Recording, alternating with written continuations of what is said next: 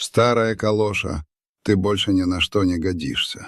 Эти слова, брошенные, как кость собаки, разорвали уютный свет новогодних гирлянд на тысячи осколков. Эти проклятые слова изменили все. Но чтобы вы поняли, почему, чтобы вы поняли, что я сделал потом, мне нужно рассказать вам, кто я, кем была женщина, которую унизили, и почему в ту новогоднюю ночь все рухнуло. Меня зовут Павел Михайлович. Мне 78 лет. Я родился в крохотной деревушке под Свердловском, где земля твердая, как камень, а люди еще тверже. Отец мой был трактористом, мать с 5 утра пекла хлеб на всю деревню. Я вырос босиком, впроголодь, глядя, как отец до кровавых мозолей надрывает спину, чтобы мы, дети, не умерли с голоду. Но прежде чем вы продолжите слушать, я должен вас кое о чем попросить. Останьтесь со мной до конца этой истории. Потому что то, что случилось, то, что я сделал, может заставить вас задуматься. А когда я закончу, скажите, что бы вы сделали на моем месте. И еще, скажите, из какого города вы меня слушаете? Поделитесь этой историей с теми, кому нужно ее услышать, потому что она для всех, кто все еще верит, что семью нужно уважать. Всегда. В 12 лет я уже работал в колхозе. В 15 зарабатывал свои первые деньги на лесопилке. А в 18, едва получив паспорт, уехал в Москву. В кармане у меня было 300 советских рублей, зашитых в подкладку старого отцовского пиджака. И одна единственная мечта — никогда больше не быть бедным. Я устроился на стройку разнорабочим. Таскал мешки с цементом, месил бетон, вкалывал от зари до зари. Платили мне копейки. Но я откладывал каждый рубль, каждый проклятый рубль, потому что знал, однажды у меня будет что-то свое. Мне потребовалось 10 лет. 10 лет я пахал как проклятый, чтобы скопить достаточно. И в 28 лет я открыл свой собственный строительный кооператив. Крохотный, с 2 рабочими и стареньким москвичом, который глох на каждом светофоре. Но он был мой. И именно в то время, когда я только-только начинал, я и встретил Люгу. Ей было 25, мне 28. Я увидел ее в заводской столовой недалеко от стройки, где мы тогда возводили цех. Она работала на раздаче. Первое, второе, компот. Всегда с улыбкой, всегда приветливая, всегда в идеально чистом белом фартуке, хоть и работала на тесной душной кухне. Я стал ходить туда каждый день. Не потому, что еда была особенной, а потому, что я хотел ее видеть. Хотел слышать ее голос, хотел, чтобы она улыбнулась мне, пусть даже мельком. Однажды я набрался смелости. Подошел к ней после смены, когда она уже сняла фартук и собиралась домой. Сердце колотилось, как сумасшедшее. «Девушка, — говорю, — а вы не согласились бы сходить со мной куда-нибудь?» Она рассмеялась. Но не насмешливо, нет. Ее смех был как колокольчик, чистый, светлый. «Куда-нибудь? А куда вы меня поведете? В другую столовую?» «Нет, — говорю, — на ВДНХ, гулять. И если захотите, куплю вам самое вкусное в мире мороженое». И она согласилась. Это было наше первое свидание. Мы гуляли по аллеям выставки достижений народного хозяйства, говорили обо всем на свете, о наших семьях, о мечтах, о том, чего мы хотим от жизни. И когда я провожал ее до дверей ее общежития, я уже знал, что женюсь на этой девушке. Мы поженились через полгода в маленьком ЗАГСе, 10 гостей, без белого платья и ресторана, но с любовью, с огромной, любовью. Люба ушла из столовой, стала хозяйкой в нашей крохотной съемной комнатке, а я с головой ушел в работу. Строить, расти, поднимать свою фирму. Потихоньку пошли заказы, потом еще, потом еще. Я работал, откладывал, строил. Я строил нашу жизнь. Через 2 года после нашей свадьбы родилась Марина, наша единственная дочь.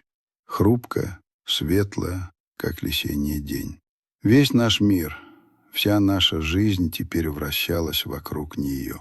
Люба оказалась невероятной матерью, терпеливой, нежной, мудрой. Она не просто растила дочь, она вкладывала в нее всю свою душу, всю свою безграничную любовь. А я стал работать еще яростнее. Теперь у меня была семья. Теперь мне было ради кого рвать жилы. Годы летели. 90-е со всей их грязью, хаосом и возможностями пронеслись, как товарный поезд. Кто-то сгинул, кто-то сломался, кто-то уехал, а я строил. Мой маленький кооператив превратился в солидную строительную компанию. Мы возводили жилые комплексы, торговые центры, целые микрорайоны. Я стал тем, кого с уважением называли Павел Михайлович Строитель. Человек слова, человек дела. Я заработал деньги, большие деньги. Мы купили просторную 4-комнатную квартиру на Кутузовском, дачу в Серебряном Бору. Марина училась в лучшей гимназии, потом в МГИМО. Я дал ей все, о чем сам в ее возрасте не мог и мечтать. Все. Но я всегда, вы слышите, всегда учил ее одному. Ценить труд, уважать людей и помнить, что семья — это святое. Люба никогда ничего у меня не просила. Никогда не жаловалась, что я пропадаю на объектах сутками. Она не пилила, не упрекала. Она просто верила в меня и создавала тот самый тыл, ту тихую гавань, куда я возвращался после любой бури, чтобы залезать раны и набраться сил. Так мы прожили 53 года. 53 года смеха, ссор, примирений. 53 года объятий и слез, радостей и горестей. 53 года, за которые эта женщина ни разу, ни единым словом, ни единым поступком меня не предала. Когда Марине исполнилось 20, она познакомила нас с Анатолием. Я помню тот вечер, словно это было вчера. Она впорхнула в квартиру, сияющая, влюбленная, и за руку вела его. Высокий, худой, в дорогом костюме, с гладко зачесанными волосами и улыбкой, от которой у меня по спине пробежал холодок. Фальшивая улыбка. Из тех, что видишь и сразу понимаешь, что-то здесь не так. «Папа, мама, это Толя, мой жених». Я поздоровался, протянул ему свою руку, широкую, жесткую, в старых мозолях, которые уже никогда не сойдут. Он ответил вялым, безвольным пожатием. Рука человека, который в жизни не держал ничего тяжелее шариковой ручки. «Очень приятно, Павел Михайлович. Марина много о вас рассказывала». «Да что там рассказывать», — пробурчал я. Чем занимаешься, молодой человек? У меня свой бизнес. Импорт-экспорт. Импорт-экспорт. Удобно. Одно из тех туманных определений, за которым может скрываться что угодно. И как? Успешно? Да, не жалуюсь. Ложь. Я видел это в его бегающих глазках, в том, как он избегал прямого взгляда. Но я промолчал. Промолчал, потому что моя дочь смотрела на него так, как смотрят только раз в жизни. А отец не хочет разбивать сердце своему ребенку. Отец надеется, что он ошибается. Прошли месяцы. Анатолий стал бывать у нас часто, всегда безупречно вежливый, всегда обходительный и всегда с вопросами, с бесконечными, как бы невзначай брошенными вопросами о моем бизнесе, о моих активах. «Павел Михайлович, а вот этот ваш комплекс в Химках, он сейчас сколько стоит, интересно?» «Павел Михайлович, я слышал, земля в районе Новой Риги просто золотая стала. У вас ведь там есть участки?» Вопросы. Всегда вопросы о деньгах. Люба мне говорила тихим шепотом по ночам: «Паша, не нравится мне этот Толя. Нехороший он какой-то, корыстный». «Мне тоже не нравится, Любушка», — отвечал я, «но ведь Маринка его любит. Надо с ней поговорить». Но мы не поговорили. Мы боялись ее оттолкнуть. Боялись показаться старыми ворчунами, которые лезут не в свое дело. Мы думали, может, мы и правда ошибаемся. Может, парень он неплохой, просто хваткий. Какая же это была ошибка? Какая фатальная, непростительная ошибка. Через 2 года они поженились. Свадьба была пышной, дорогой. В лучшем ресторане Москвы. Я заплатил за все. За лимузины, за сотни гостей, за платье, за банкет. Заплатил, не торгуясь, потому что видел, как светятся глаза моей дочери. Я думал, что покупаю ее счастье. Господи, каким же я был слепцом. Жизнь молодоженов началась. Поначалу все казалось гладким. Анатолий продолжал заниматься своим туманным бизнесом. Марина устроилась бухгалтером в крупную фирму. Я помог им с первоначальным взносом на квартиру в хорошем районе. Казалось бы, живи и радуйся. Но очень скоро, слишком скоро, я начал замечать странные вещи. Анатолий стал заезжать к нам все чаще, но не для того, чтобы проведать стариков, нет. Он приезжал просить.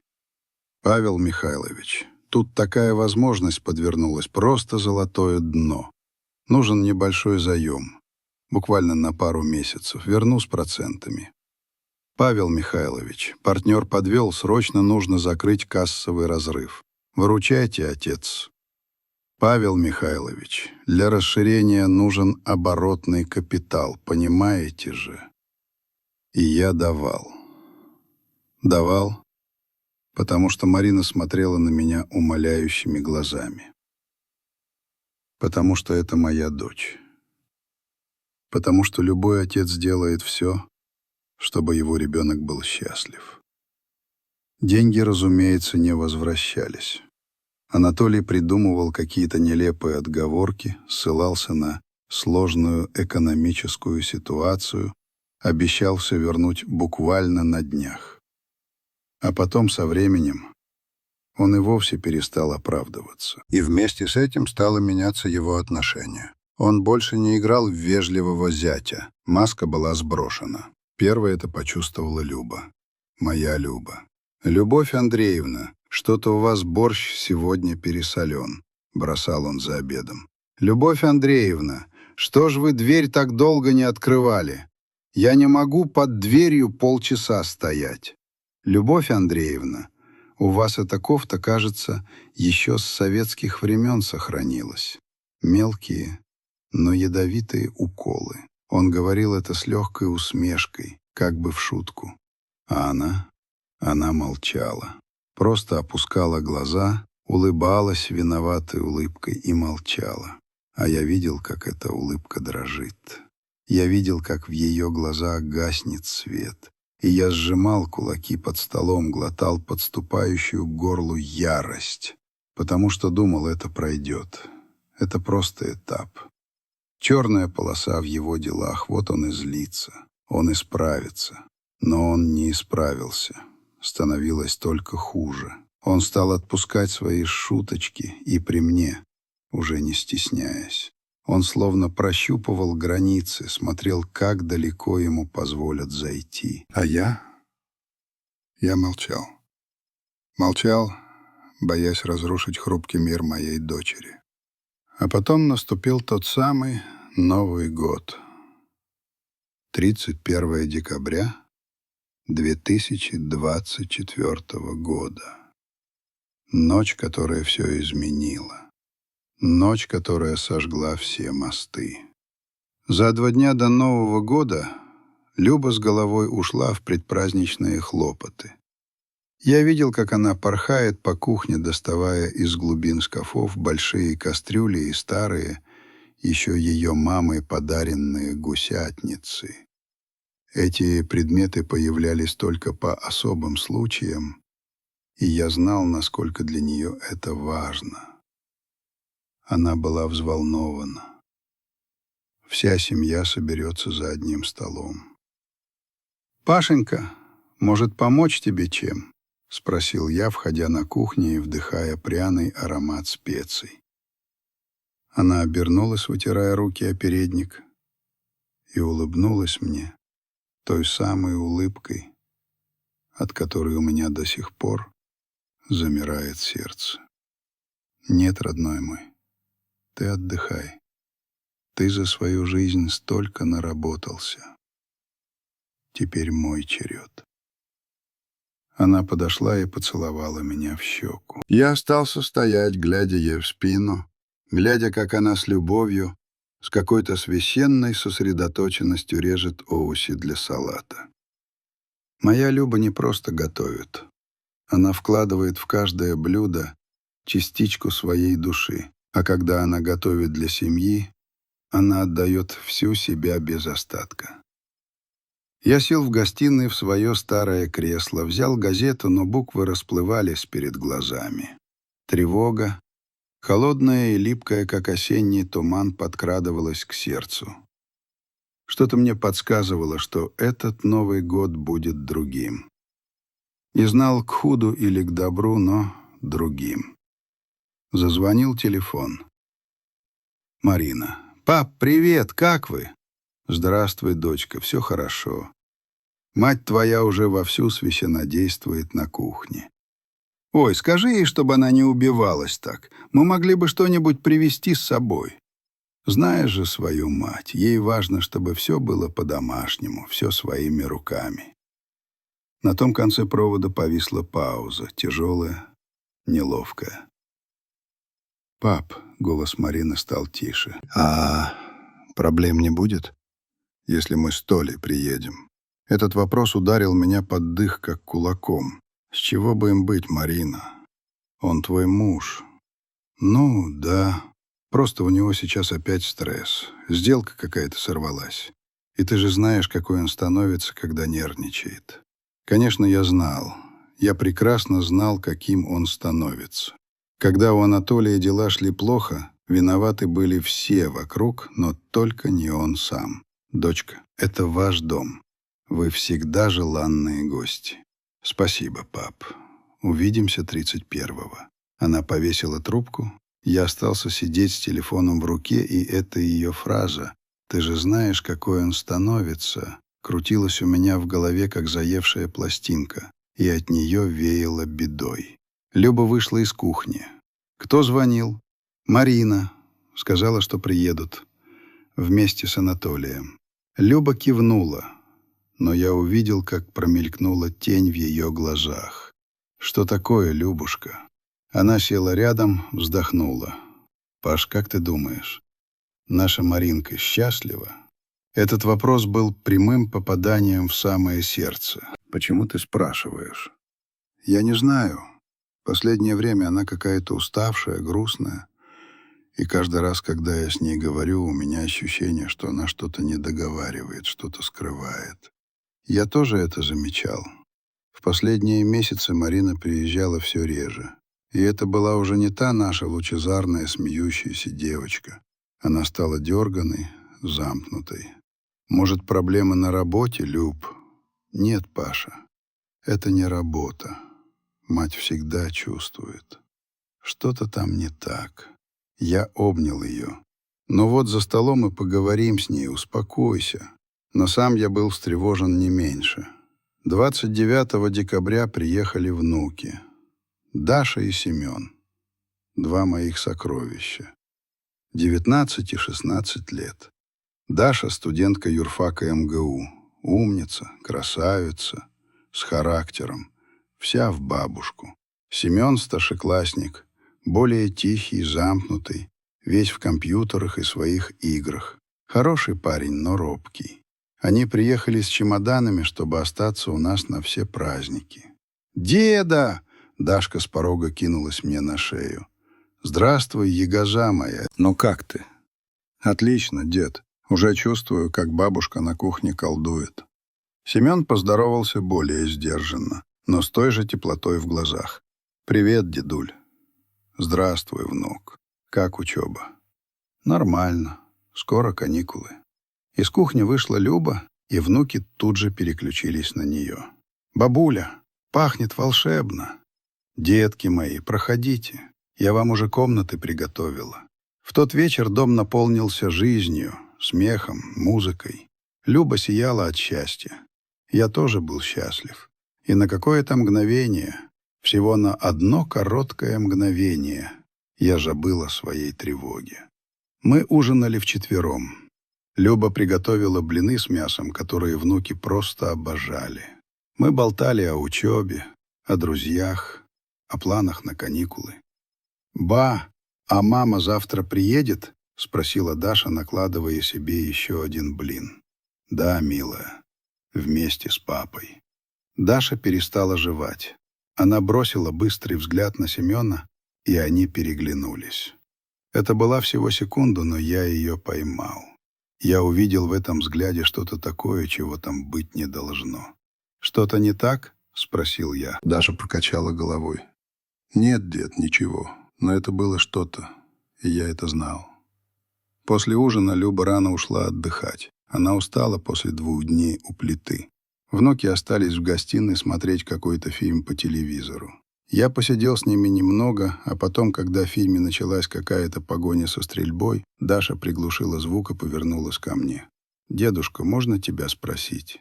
«Конечно, милая, о чем угодно». Она посмотрела на Семена, словно ища поддержки. Тот едва заметно кивнул. «Дед, ты замечал что-нибудь странное в папе?»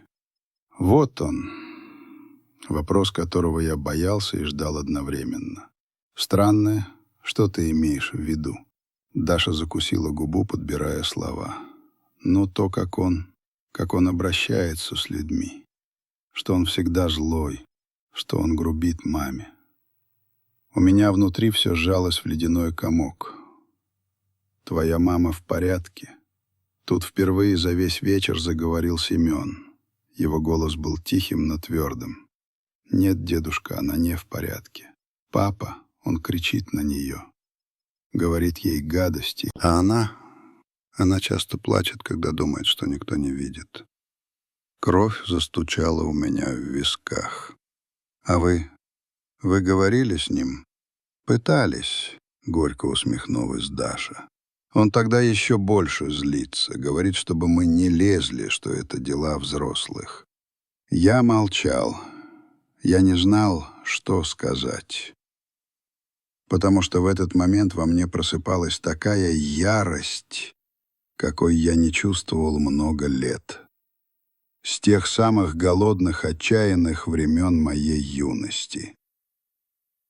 «Дедушка», — Даша понизила голос до шепота, «пожалуйста, завтра на ужине присмотри за бабушкой». «Почему ты так говоришь?» Она опустила глаза. «Потому что в прошлый раз, когда мы были у вас, Папа сказал бабушке, что ее еда отвратительна. А она потом плакала на кухне. А мама ничего не сделала, ни слова не сказала. А когда бабушка на прошлой неделе упала на рынке, добавил Семен, и его голос дрогнул, папа смеялся. Сказал, что она уже старая и ни на что не годная. В этот момент что-то внутри меня оборвалось. «Твоя бабушка падала?» «Да». Она подвернула ногу, поэтому и ходит так медленно.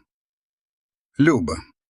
Моя Люба мне ничего не сказала, ни единого слова, потому что она такая. Она все стерпит, все снесет, лишь бы меня не расстраивать. «Дети», — я с трудом заставил себя говорить ровно, — «идите спать. Нам всем нужно отдохнуть. Завтра поговорим». Они встали, поцеловали меня и тихо ушли в свои комнаты. А я остался один в темной гостиной. Один на один, с кипящей во мне ненавистью. Анатолий. Этот ублюдок. Он унижал мою жену. А моя дочь, моя единственная дочь, молчала. Я встал, прошел на кухню, налил стакан ледяной воды и выпил залпом. Руки дрожали, взгляд упал на настенный календарь. 31 декабря. Завтра. Завтра будет новогодняя ночь. И что-то мне подсказывало, что эту ночь никто из нас не забудет. Никогда. 31 декабря, 6 утра. Я проснулся раньше всех по своей старой строительной привычке. 50 лет на ногах с рассветом — это уже не вытравить, даже если больше не нужно никуда спешить. Я лежал, глядя в потолок, и снова прокручивал в голове разговор с внуками. Слова Даши, молчание Семена. И все то, что Люба так долго и упорно от меня скрывала. Я повернул голову и посмотрел на нее. Она спала, умиротворенная. Ее седые волосы рассыпались по подушке. Лицо, которое я знал больше полувека. Каждая морщинка на нем была мне родной.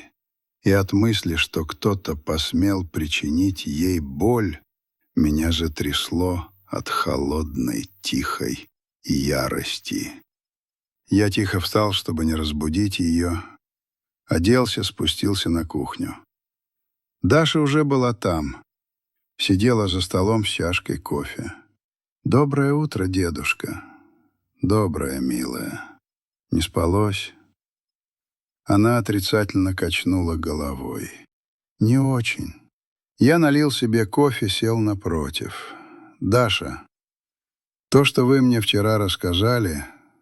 Она подняла на меня глаза, в них не было и следа сна. «Это правда, дед.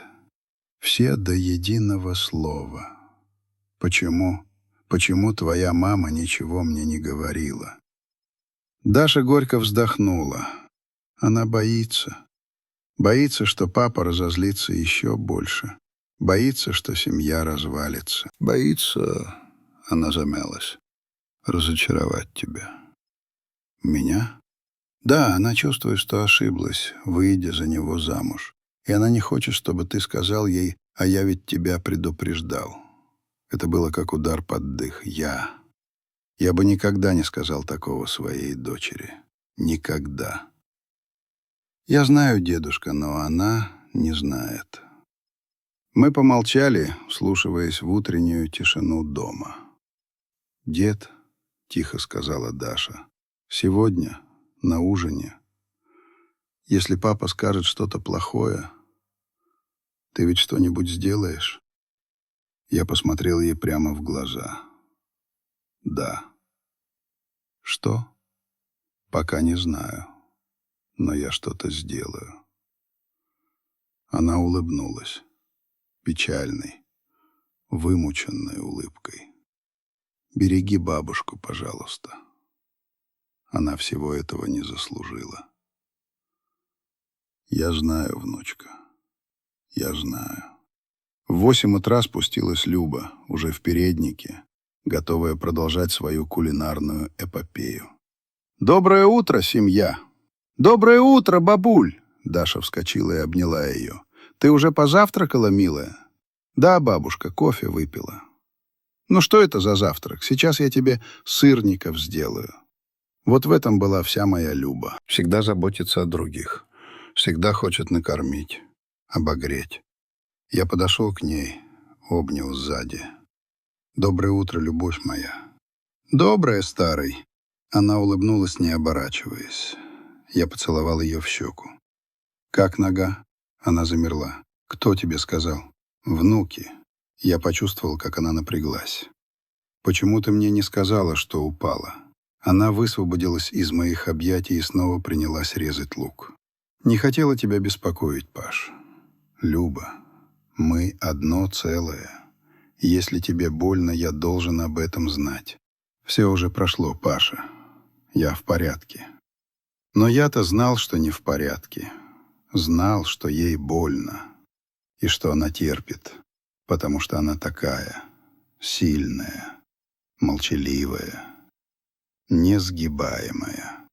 День тянулся мучительно долго. Люба колдовала на кухне. Я помогал, чем мог. Внуки накрывали на стол, доставали парадный сервиз, натирали до блеска хрустальные бокалы. Все было красиво, празднично, готово для семьи. В 5 часов вечера снова позвонила Марина. «Пап, мы выезжаем». «Хорошо, дочка. Ждем». «Пап, еще кое-что. Говори». Толя немного на взводе. У него сегодня еще одна сделка сорвалась. Так что, я просто предупреждаю. Опять. Опять это предупреждение, опять этот страх в голосе моей дочери. «Я понял, Марина. Веди машину осторожно». Я положил трубку, Люба посмотрела на меня. «Что сказала?» «Что едут, и что Анатолий на взводе». Люба перестала помешивать что-то в кастрюле. «Господи, спокойно, любовь моя, все будет хорошо». Но я сам в это уже не верил. Ровно в 6 они приехали. Я услышал, как у ворот затормозила машина, как хлопнули дверцы. Даша и Семен, сидевшие в гостиной, тут же напряглись. Я это видел. Они переглянулись и замолчали. Раздался звонок в дверь. Я пошел открывать. На пороге стояла Марина, моя дочь. С натянутой, вымученной улыбкой, с уставшими глазами, с тем выражением затаенной тоски, которое мать может разглядеть за версту. «Привет, пап». Я крепко обнял ее. «Привет, доченька. Хорошо, что приехали». А за ее спиной, как тень, стоял он. Анатолий. Высокий, худой, в идеально отглаженной белой рубашке и дорогих джинсах, с той же пустой, ничего не выражающей физиономией. «Добрый вечер, Павел Михайлович». Он протянул мне свою вялую руку. Я сжал ее, сжал сильнее, чем обычно. Хотел, чтобы он почувствовал: я здесь. Это мой дом. И здесь свои правила. «Добрый, Анатолий, проходите». Они вошли. Марина обняла внуков, щебеча что-то о подарках, которые лежат в машине. Анатолий лишь кивнул им, как старым знакомым, и прошел в гостиную, даже не сняв пальто. Холодный, отчужденный, приветственный жест. Из кухни, вытирая руки о передник, вышла Люба. На ее лице была улыбка, но я-то видел, чего ей эта улыбка стоила. «Здравствуйте, детки, как доехали?» Марина обняла мать. «Привет, мамуль, пахнет просто божественно. Стараюсь, доченька, все, как ты любишь». И тут Люба повернулась к Анатолию. «Здравствуй, Толя, проходи, мы тебя ждали». Анатолий окинул ее взглядом с головы до ног. Таким взглядом смотрят на прислугу, на вещь. Ледяным, оценивающим, полным неприкрытого презрения. «Здравствуйте, Любовь Андреевна», — процедил он сквозь зубы. Ни поцелуя в щеку, ни пожатия руки, ничего. Я увидел, как Люба сжалась, как опустила глаза, и мои кулаки снова превратились в камни. «Ну, проходите, садитесь, я сейчас все на стол поставлю». Мы сели за стол, я во главе, как всегда. Люба слева от меня, Марина справа. Анатолий уселся напротив, а внуки по бокам. Люба начала приносить блюда: запеченную утку с яблоками, салат оливье по ее фамильному рецепту, селедку под шубой, домашние соленья. Все, что она с такой любовью готовила последние 2 дня. Анатолий даже не поблагодарил ее. Он молча взял свою тарелку, понюхал утку и скривил губы. «Это утка?» — спросил он так, будто увидел на тарелке что-то несъедобное. Люба, ставившая на стол графин с морсом, кивнула. «Да, Толя, запеченная, как ты любишь». «Я такую не люблю, она сухая». Воздух в комнате мгновенно остыл.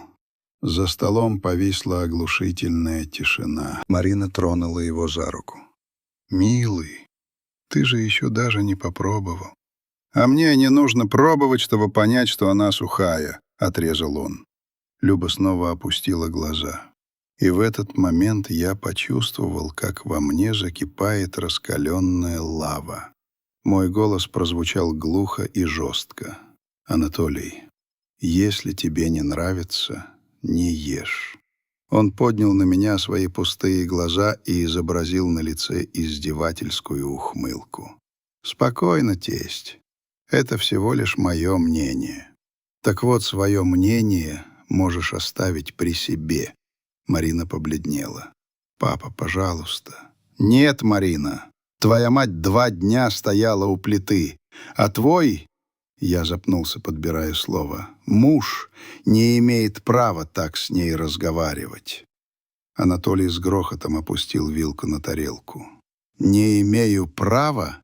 Я всего лишь сказал правду». «Правда в том, — я повысил голос, — что моя жена приготовила все это с любовью, а ты даже спасибо не сказал». «А за что мне говорить спасибо? За то, что испортили продукты?» Люба тихо встала из-за стола. «Извините, я пойду за хлебом». И она почти выбежала на кухню. Я знал, что она побежала туда, чтобы мы не видели ее слез. Даша тоже поднялась. Я с бабушкой. Она вышла следом, и я остался за столом, глядя на Анатолия с такой ненавистью, что, казалось, мог бы испепелить его взглядом. «Это ведь только начало, правда?» — спросил я тихо. Он улыбнулся своей мерзкой улыбкой. «Не понимаю, о чем вы, Павел Михайлович. Я говорю о том, что сегодня ты усвоишь урок, который должен был усвоить еще в детстве. И тут произошло то, чего я не ожидал». Анатолий наклонился вперед, посмотрел мне прямо в глаза, и его голос стал тихим и ядовитым. «Это вы меня не пугаете, старик. И лучше вспомните, что ваша дочь — моя жена, а ваши внуки — мои дети. Так что выбирайте выражения. А то, если будете упорствовать, проиграете именно вы». Его слова повисли в морозном воздухе комнаты. Это была прямая, неприкрытая угроза, шантаж. Я молчал. Не потому, что испугался, а потому, что я калькулировал, взвешивал.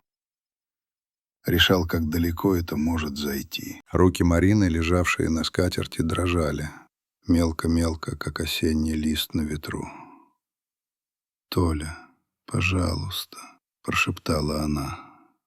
«Замолчи, Марина», — бросил он, даже не удостоив ее взглядом. Это была команда, короткая, как удар хлыста. Команда, отданная собаке, чтобы та знала свое место. И в этот миг что-то во мне, что-то, что я сдерживал годами, начало подниматься из самых глубин души. Семен тоже встал из-за стола. Я пойду к бабушке.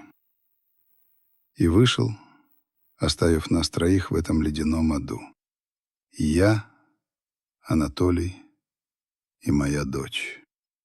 Моя дочь, сидевшая как изваяние с красными от сдерживаемых слез глазами, сжатыми губами, с тяжестью всего мира на своих хрупких плечах. «Марина», — мой голос прозвучал глухо, — «ты позволишь ему так со мной разговаривать?» Она не ответила, просто опустила голову еще ниже. «Марина, я с тобой говорю». «Папа, пожалуйста, не усложняй». «Усложнять? Для кого усложнять?» Анатолий рассмеялся мерзким, презрительным смехом. «Для нее, Павел Михайлович, потому что она прекрасно знает. Если мы с вами поссоримся, ей придется выбирать. А мы ведь знаем, кого она выберет, правда, дорогая?» Марина закрыла лицо руками. И в этот момент я все понял.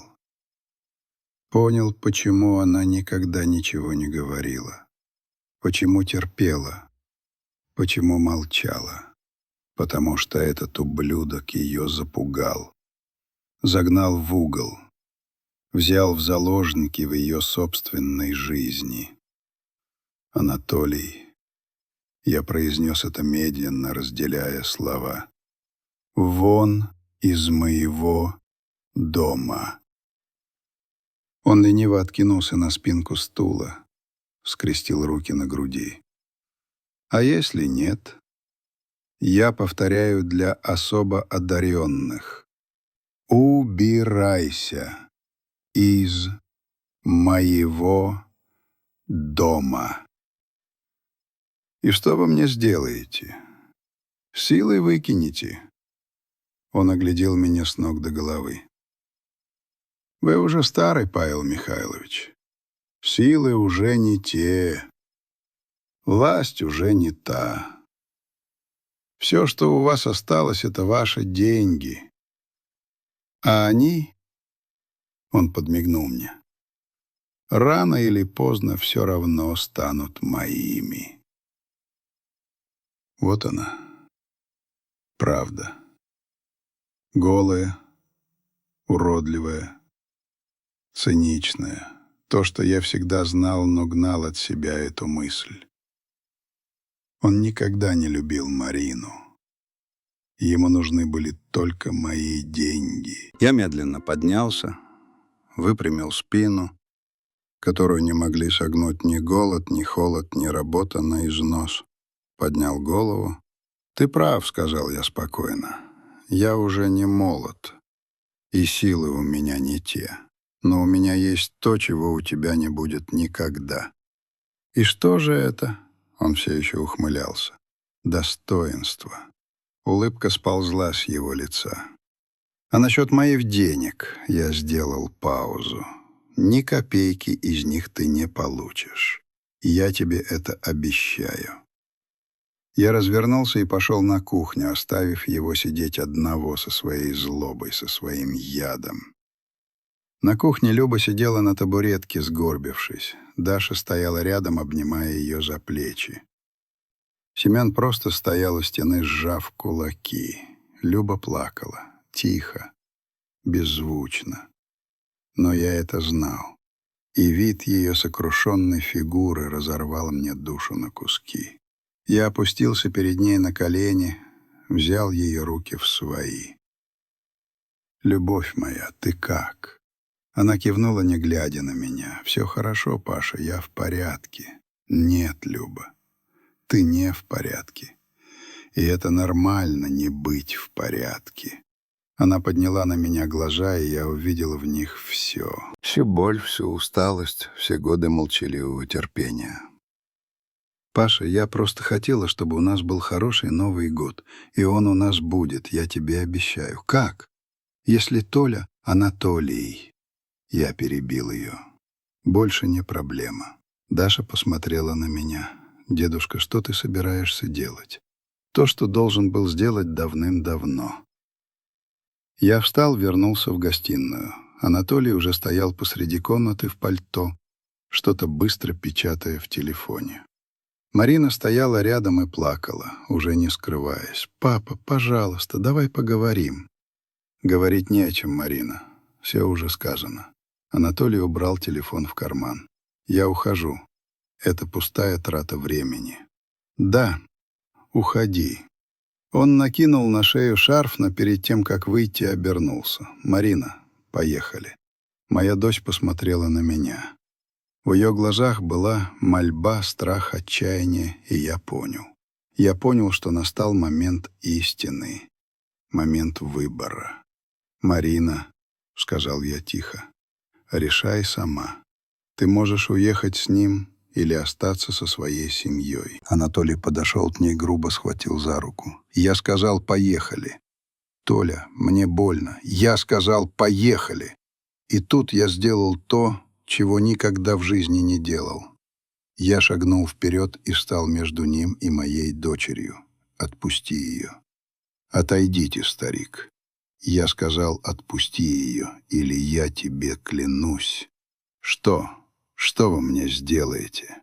Он толкнул меня. Не сильно, но ощутимо. Я не сдвинулся с места.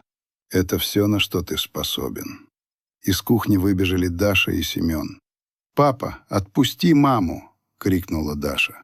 Анатолий обернулся, увидел своих детей, и на мгновение, всего на одно мгновение, я увидел в его глазах страх. «Не лезьте. Это не ваше дело». «Нет, наше!» Голос Даши звенел от ярости. «Потому что это наша мама, и ты не имеешь права так с ней обращаться». Семен тоже шагнул вперед. «Мы не позволим тебе ее обижать, и бабушку, и дедушку». Анатолий отпустил Марину, отступил на шаг. «Прекрасно. Теперь и собственные дети против меня. Оставайтесь тут все. Гните в этом доме. Я ухожу». Он дошел до двери, открыл ее, но перед тем, как выйти, обернулся и бросил слова, которые должны были стать последним гвоздем в крышку гроба. «Марина, если ты сейчас же не выйдешь со мной, завтра я иду к адвокату и забираю у тебя все. Квартиру, машину, если понадобится, детей. Ты меня поняла?» Марина застыла. «Толя, ты не можешь». «Могу и сделаю. Так что решай, ты идешь или остаешься». В комнате повисла невыносимая тишина. Марина посмотрела на меня, и в ее глазах был безмолвный, разрывающий душу вопрос. «Папа?» И я понял, что если я скажу «останься», она потеряет все. Свой дом, свою привычную жизнь, может быть, даже детей. Но я также понял, что если я скажу «иди», я потеряю ее. Я глубоко вздохнул. «Дочка, что бы ты ни решила, я всегда буду на твоей стороне». Марина закрыла глаза. По ее щекам покатились слезы. И потом она произнесла слова, которые разбили мне сердце. «Я еду с тобой, Толя». «Мама, нет!» — закричала Даша. «Я должна, милая. Я не могу все потерять. Анатолий улыбнулся, торжествующе. Правильное решение. Марина взяла свою сумочку, подошла ко мне, обняла. Прости меня, папа. Тебе не за что просить прощения, дочка. И она ушла, вышла из дома, села в его машину и уехала. Дверь захлопнулась. Мы остались одни. Даша рыдала, Семен стоял, сжав кулаки.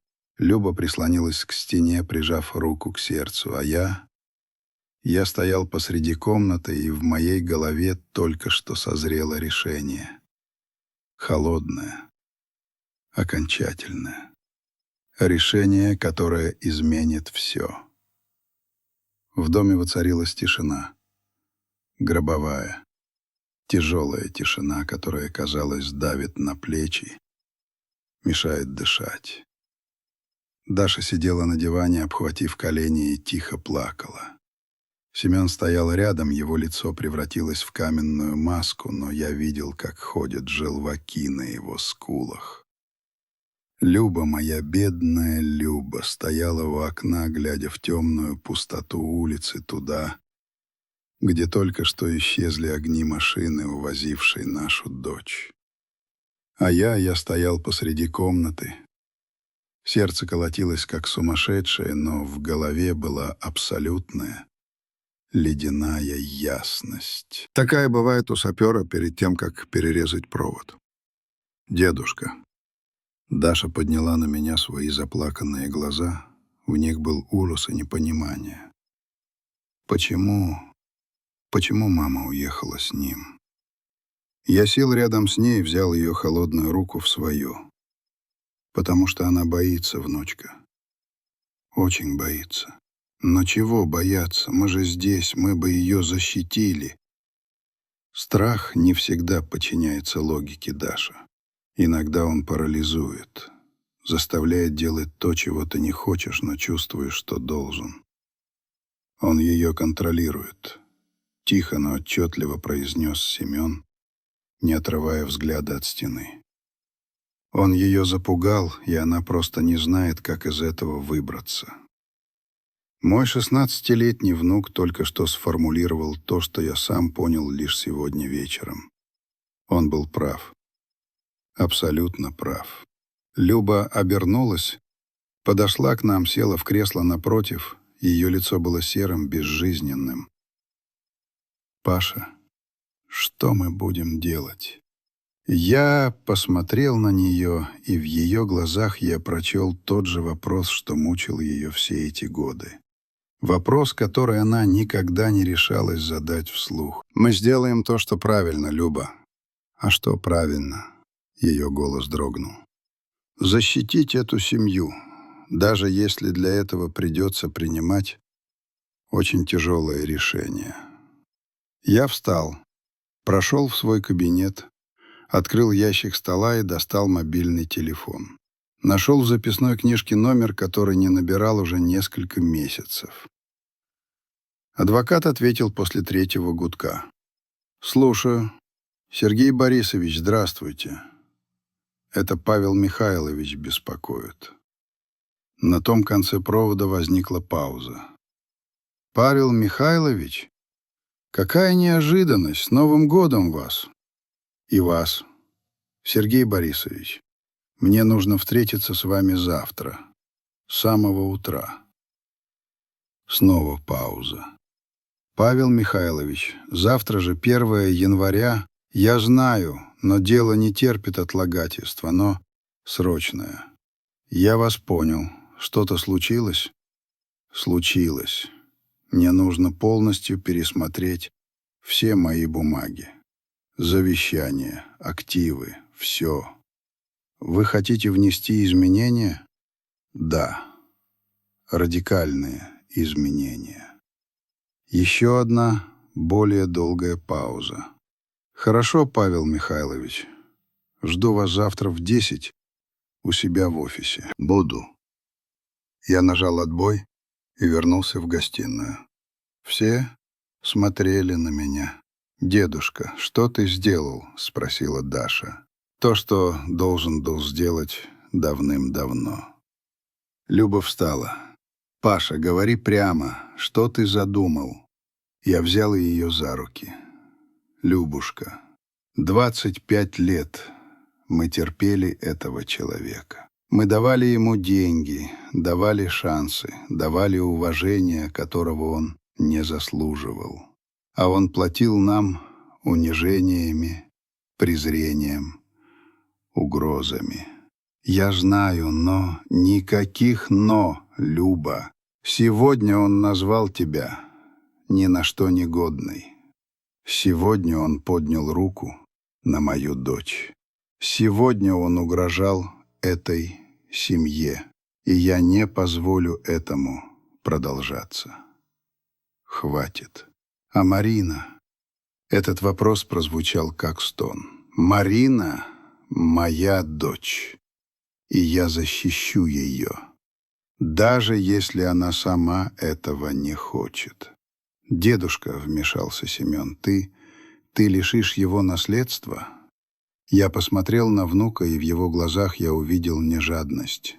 Я увидел надежду на справедливость. Не только, сынок.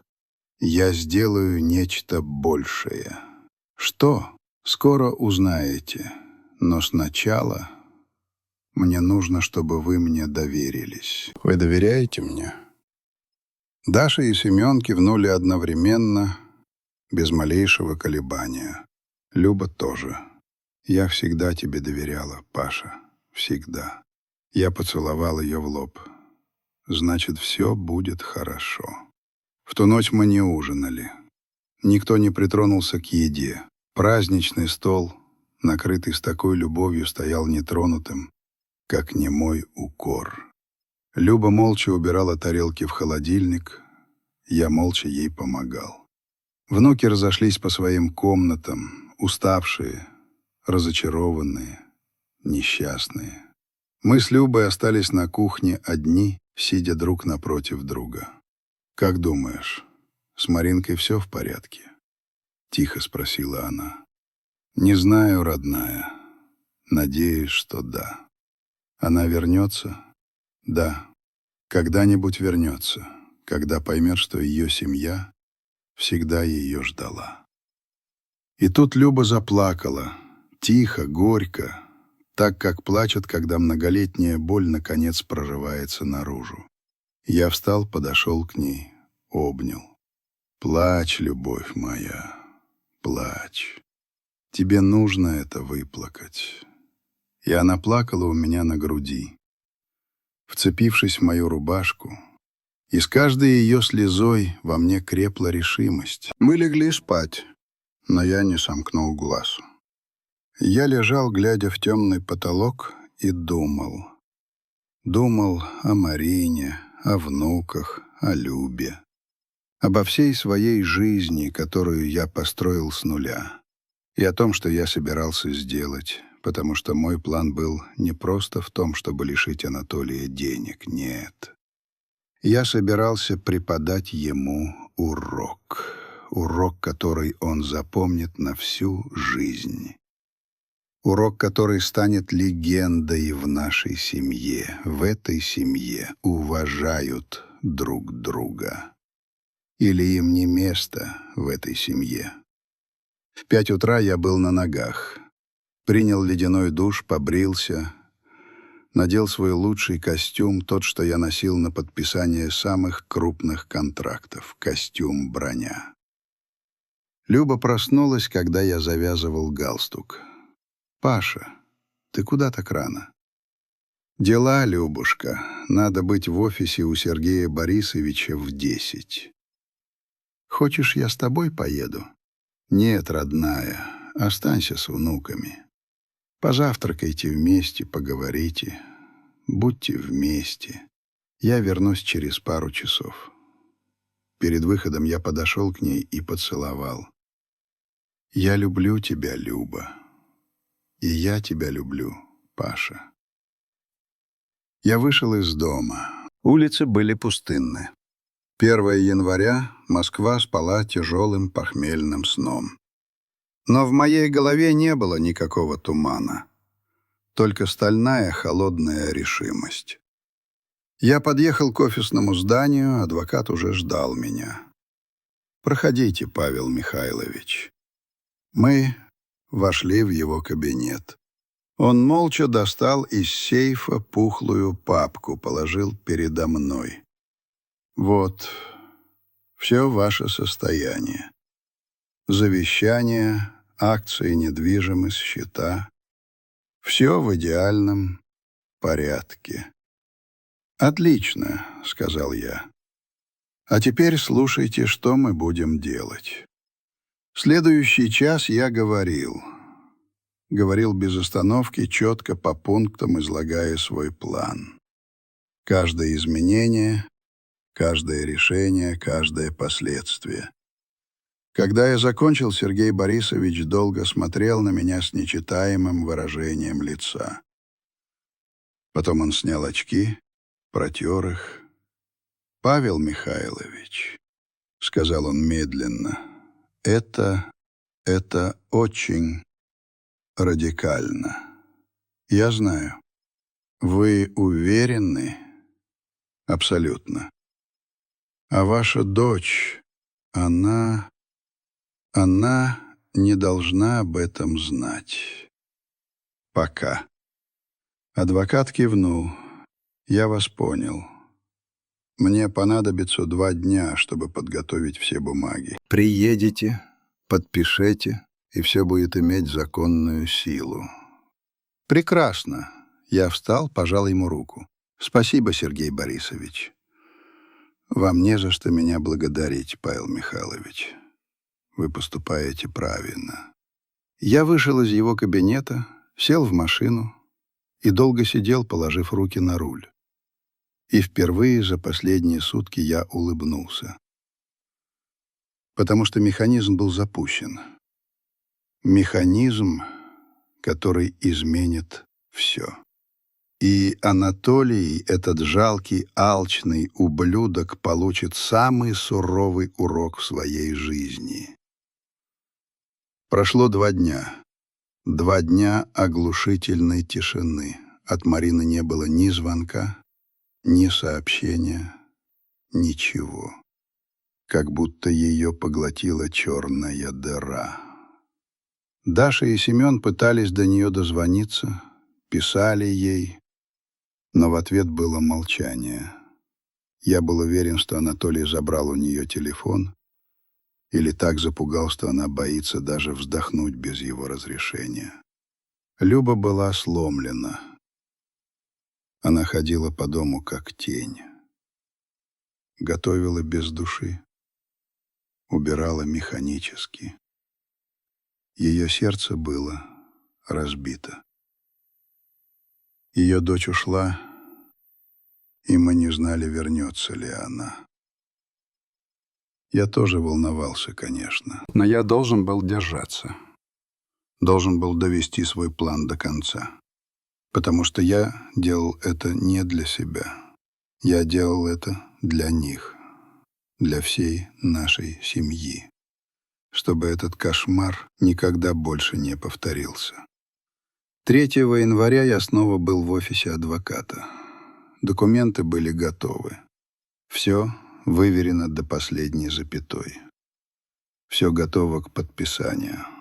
Павел Михайлович, вот они. Прочтите внимательно. Если вы согласны, подписываем. Я сел за стол, открыл папку и начал читать. Страница за страницей. Каждый пункт. Каждое условие. И с каждой прочитанной строкой я все больше убеждался в своей правоте. Закончив, я поднял глаза. «Все идеально, Сергей Борисович. Вы уверены на 100%, потому что как только вы подпишете, обратной дороги не будет. Я уверен». Я взял ручку, тяжелую с золотым пером, и поставил свою подпись. 1, 2, 3. На каждой странице, на каждом документе, заверяя свое решение, запечатывая судьбу. Я вышел из кабинета адвоката и сел в машину. Несколько минут я просто сидел, глядя перед собой на заснеженную пустынную улицу. Руки, державшие руль, слегка подрагивали, но не от страха или сомнения, а от какого-то глубинного, тектонического сдвига, который только что произошел. Я щелкнул замком зажигания, и мотор ожил с ровным, уверенным гулом. Возвращаясь домой, я не гнал. Я ехал медленно, всматриваясь в лица редких прохожих, в витрины магазинов, все еще украшенные к Новому году. Мир остался прежним, но для меня он изменился навсегда. Я чувствовал себя хирургом после сложнейшей операции, той, где нужно было отрезать часть, пораженную гангреной, чтобы спасти весь организм. Было больно, было страшно, но это было необходимо. Когда я вошел в квартиру, меня встретила тишина. Люба сидела в гостиной с внуками. Они не смотрели телевизор, не разговаривали. Просто сидели вместе, и это молчаливое единение было красноречивее любых слов. Люба подняла на меня глаза.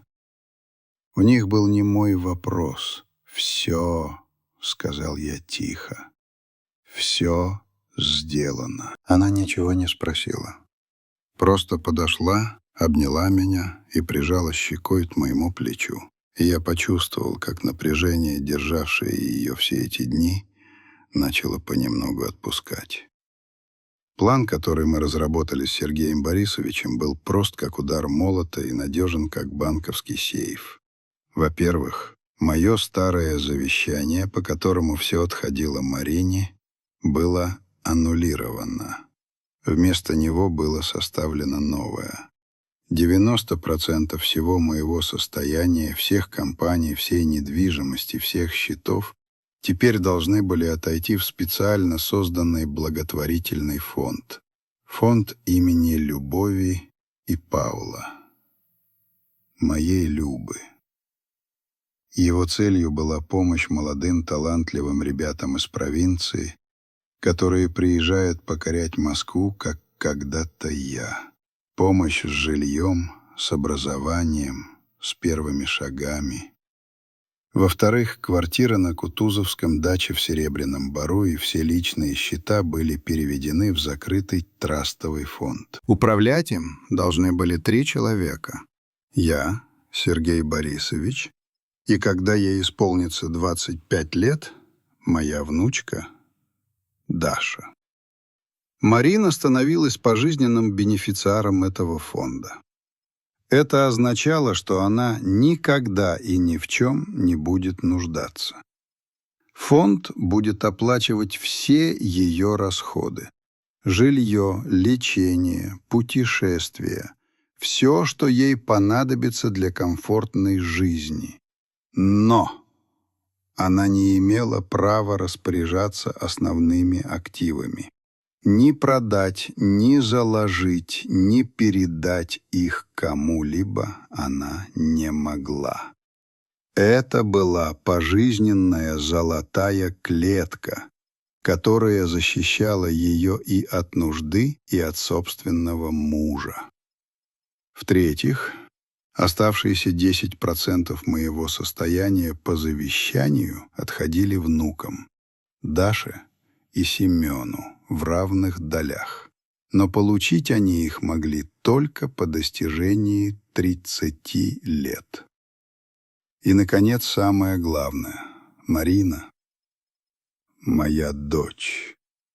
По новому завещанию она получала символическую, неоспариваемую долю 1 рубль и право пожизненного проживания в любой из принадлежащих фонду квартир. Это был мой ответ. Мой последний урок. Анатолий не получит ничего.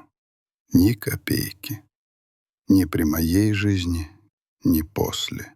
Он мог угрожать Марине, мог шантажировать ее, но он больше не мог добраться до моих денег. Я выстроил вокруг своего состояния неприступную крепость. Вечером того же дня, когда мы сидели на кухне, зазвонил мой телефон. Незнакомый номер. Я нажал на кнопку ответа и включил громкую связь. «Алло, Павел Михайлович?» Голос на том конце был вкрадчивым, с неприятными маслянистыми нотками. «Это Анатолий». Я сидел за столом на кухне. Люба и внуки замерли. В динамике телефона голос Анатолия сочился фальшивым участием. Я молчал, давая ему выговориться. «Павел Михайлович, я звоню, чтобы, в общем, извиниться. Я был неправ. Нервы, знаете ли, бизнес. Я погорячился. Мы с Мариной очень переживаем». Я усмехнулся. Переживает он. Я посмотрел на Любу, на ее осунувшееся лицо, на темные круги под глазами. «И чего же ты хочешь, Анатолий?» — спросил я ровным, безразличным тоном. «Как чего? Мира! Мы же семья. Я предлагаю забыть все, как страшный сон. Завтра приедем. Посидим, поговорим. Марина очень скучает. Марина может приехать в любое время. Одна». На том конце провода повисла пауза. Маска дружелюбия начала трескаться. «То есть как это? Одна? Мы, муж и жена? Это ваши с ней проблемы. В мой дом тебе вход закрыт. Навсегда». «Да кто вы такой, чтобы мне указывать?» Его голос сорвался на визг. «Марина моя жена, и все, что принадлежит ей, принадлежит и мне, и ваши денежки в том числе. Мои деньги, Анатолий, принадлежат только мне, и я сам решу, как ими распорядиться». «Ах так?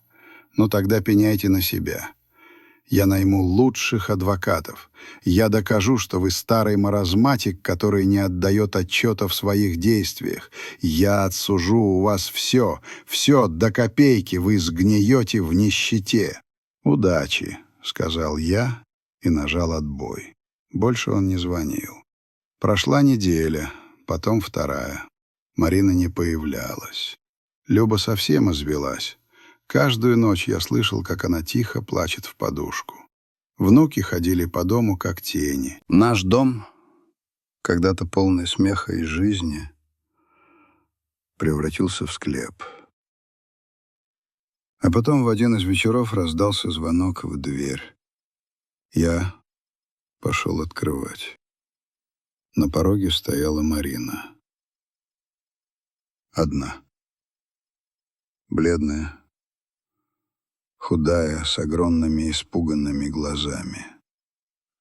Она была в том же платье, в котором уехала в новогоднюю ночь. Только теперь оно висело на ней, как на вешалке. «Папа», — прошептала она и рухнула в мои объятия. Я завел ее в дом. Люба ахнула, кинулась к ней. Усадили ее в кресло, укутали пледом, она дрожала, как в лихорадке. «Что случилось, дочка? Он тебя обидел?» Марина отрицательно покачала головой. «Нет, он ушел». «Как ушел?» «Собрал вещи и ушел. Сказал, что я больше ему не нужна, что он нашел себе другую. Сказал, что я неперспективная. Я все понял. Этот ублюдок пронюхал. У него везде были свои люди. Он узнал, что наследство ему не видать. И его любовь к моей дочери мгновенно испарилась. Она стала для него балластом, ненужной вещью. Он сказал, что подает на развод и что заберет у меня все, квартиру, машину. Она снова зарыдала. «Он ничего у тебя не заберет», — твердо сказал я. «Ничего». На следующий день мы с Мариной поехали к Сергею Борисовичу. Он разложил перед ней все документы и спокойно, методично все объяснил. Про новый благотворительный фонд, про траст, про ее пожизненное обеспечение, про то, что Анатолий не получит ни рубля. Марина слушала, и ее лицо менялось. Страх и отчаяние в ее глазах сменялись сначала недоумением, а потом чем-то еще, чем-то похожим на надежду. Когда адвокат закончил, она долго молчала. Потом посмотрела на меня. «Папа, зачем ты это сделал? Чтобы защитить тебя, дочка, и нашу семью. Но ты лишил меня наследства. Я не лишил тебя наследства, Марина. Я лишил его твоего мужа. А тебе я дал нечто большее. Я дал тебе свободу, свободу от него, от его угроз, от его жадности. Ты никогда не будешь нищей. Ты всегда будешь под моей защитой. Но и он никогда больше не сможет использовать тебя, чтобы добраться до моих денег». Она смотрела на меня, и в ее глазах стояли слезы. Но это были уже другие слезы, не слезы страха, а слезы понимания. Прошло полгода. Бракоразводный процесс был громким и грязным. Анатолий брызгал слюной, кричал, угрожал, пытался доказать, что я выжил из ума, но против железной юридической конструкции, выстроенной Сергеем Борисовичем, он был бессилен. Он не получил ничего, абсолютно ничего. Марина медленно приходила в себя. Она снова начала улыбаться. Внуки стали чаще смеяться. Наш дом снова наполнился жизнью. Я знаю, я принял жесткое, может быть, даже жестокое решение, но я смотрю на свою Любу, которая снова с радостью хлопочет на кухне. Я смотрю на своих внуков, которые больше не боятся. Я смотрю на свою дочь, которая заново учится жить, и понимаю, я все сделал правильно, потому что семья — это не просто слова, это крепость. А в своей крепости нужно иногда безжалостно избавляться от крыс, чтобы они не сожрали все изнутри. Я рассказал вам свою историю. А теперь скажите, что бы вы сделали на моем месте?